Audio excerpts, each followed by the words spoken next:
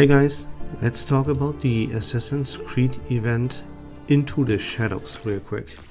Unfortunately, I have already beaten the entire event and now I've noticed that I cannot reset this, so yeah, we cannot hop into a stage together. It doesn't matter though, because you will for sure have played this event anyways and you know how this looks. Just in case you are as unaware as I am, you can use your mouse wheel to scroll the map out. That makes things much more convenient for you. I've noticed that after I beat like the whole first area, so that's just a heads up. Then yeah, you have buildings here that you have to upgrade, of course. Yeah, you have to upgrade the villa, so the villa, so that is what you upgrade first, you have to. After that comes the barracks, because you want to unlock yourself the throwing knives and increase the amount of throwing knives that you have available, because this allows you to just straight up kill an enemy with these things. And if you upgrade this, you increase the amount of those knives that you can throw. This is the best thing you can possibly have. This is what you aim for first. If you upgrade the barracks further, then you get access to an item called Eagle Whistle, and you can recover yourself an AP, which is also not too shabby. After the barracks, you're gonna upgrade the Doctor, and this unlocks you a Poison Blade, which is really good. This is even better than a throwing knife, so definitely something you will aim for. After that, then you should unlock the Cathedral and focus on that to unlock yourself the item Artisan's Manuscript, because yeah, you can increase this to increase the quantity of your other items. But honestly speaking, the point in which you would unlock this item here, the Artisan's Manuscript, you will have either beaten all the content already, or you are really close to beat all the content. So chances are very high that you're never gonna use this anyways.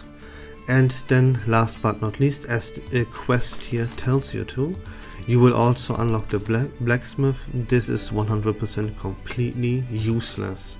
So again, first is barracks, second is Doctor, third is Cathedral, but at this point, as I said, it's becoming a little bit useless and unlikely that you will even use this. And then the blacksmith could be completely ignored, but the quest tells you to upgrade it, so that's what you want to do. Then you can choose characters, sometimes 3, sometimes 4 for every single stage. And these characters here, they have 2 things. First of all, they have an ability. Every character here has a unique ability attached to themselves. Let's take Sotheby as an example. Here you can place a poison trap on any tile, and any enemy that would enter it, this poison trap tile, would die. This sounds much better than it actually is in practice, because once, even though at the start of the round you can see where your enemies move. You can see, will they move left, will they move up, will they move right, okay?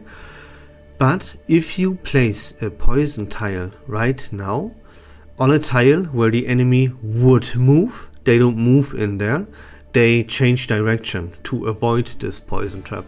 And this makes this ability pretty much completely useless. Sometimes enemies, I think they do walk in there, sometimes, not every time, and sometimes people spawn randomly in one of these poison tiles and then they die. But this is very niche and extremely unlikely, and therefore very useless. And yeah, she has, then every character has equipment, not every character, but most characters, they have an equipment, and they can choose between 2 different equipments. For example, here, these potions, those give Sotheby the ability that I just talked to you about. She can now switch this ability and her stats by taking the Plague Mask. Then her ability would change to all allies recover 25% HP. That is even more useless than placing the poison trap, because you will never heal your allies outside of battle anyways. Healing is taken care of in battle, and all the allies of yours will always be at 100% HP anyways, because this event is really easy. Like dying here is impossible. So again, you will never heal your allies outside of battle. That's why take the potions, just so you can spread some poison tiles if you wanted to. Let's go over another character, just for completion's sake here. Here we have Apple. This selects one ally to grant them 1 AP, so you can move 1 tile more, you can throw a knife once more, not too shabby. He as well, he can change his ability to, whenever an ally enters battle, you would follow them. So what you want to do while you are out there on these maps, you always want to keep your team together, at least like 2 people, 3 people, right? You never want to have someone going alone. If you would have someone going alone though, Apple would come in and help him out, even though he's on a tile alone when he gets caught. So not too bad, but this AP has like much more effectiveness than this following into battle would have. So yeah, you take the artisan's cap. Okay, now let's talk about the characters that you actually should play. Like, what characters should you actually use here? I just talked about a little bit about Sotheby and about Apple as examples, because you will have to use other characters, as you only unlock more characters once you progress a little bit, alright? But the characters, once you have unlocked all the characters that you should use are Marcus, Via, Hisabeth as the rank up team. Since Mercuria is not present here, unfortunately, we have to have Ezio in our team as well. And of course these characters have abilities. Here Ezio has a pretty good ability, because in these stages there are rooftops and you can jump off of a rooftop to assassinate an enemy.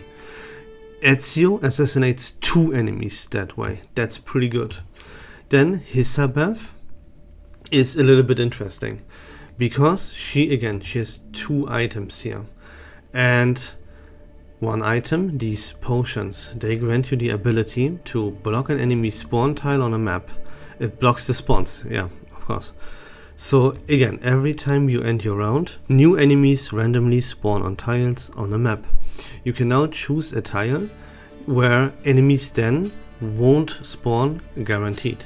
That is a really good ability, one of the best abilities available here in this game.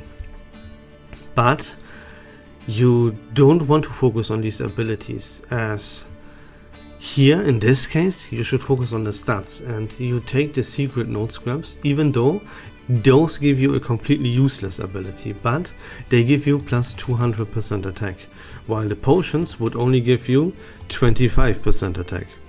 So you take the 200% attack with Hisabeth all days, every day, you know.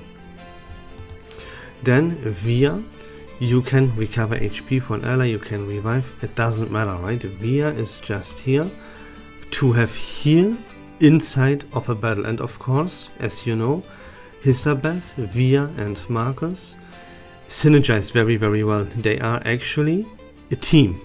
That's why you play all of them together. Then Marcus has also a pretty useful ability, because you can reveal unknown areas on the map with a pretty good range actually. And what it does, it not only does it reveal where you have to go. There are some maps where you have to go to a certain tile, but you cannot see this tile unless you walk in range of it. With Marcus's ability, you can immediately see this right from the get-go if you use this skill correctly. And it also cleanses fog, which is also helpful here and there in some stages. So this is definitely what you should use, as the other item is not worth talking about at all. Oh yeah, and let's talk about Via's other item. Here you select one ally, right? Recover him, doesn't matter, completely useless. But the other item is even worse, because assassinating one enemy in a water tile, that is... it leaves me speechless how bad it is, because to assassinate these enemies, you throw knives. Or you jump off of rooftops and stuff. You don't need an extra ability to do this. And here this attack plus 200 is for a character like Via that doesn't even deal any damage and doesn't ever use her attack stat, is banana lands, you know. So yeah, just go for this recover HP and revive a downed ally just in case, you know. But both items are 100% completely useless. So again, when you are out on these maps, see that you keep your allies together.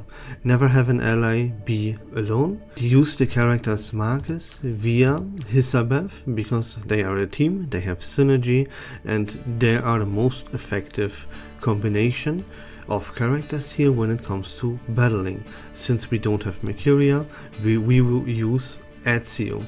He has a pretty decent ability as well. For items, yeah, of course, here each character can carry items. Make sure that all of your characters carry the throwing knives, and if possible, even the eagle whistle and a poison blade, right? So you can throw additional knives and you can recover your AP with this whistle here. And that's gonna be about it, guys. Yeah, additionally, when you clear this content here, you unlock yourself items for the main's bulletin stage to cheese it even more and make it even more biased towards Ezio and inflate the numbers that you then can believe in, right? But yeah, that's just a side note. That was it for the event In the Shadows in the Assassin's Creed collaboration. I hope that video was fun and informative. If you like Reverse1999 content in general, please consider leaving a follow on my channel. I would really appreciate it. But until next time, take care of yourselves, have a great day, and we love this game.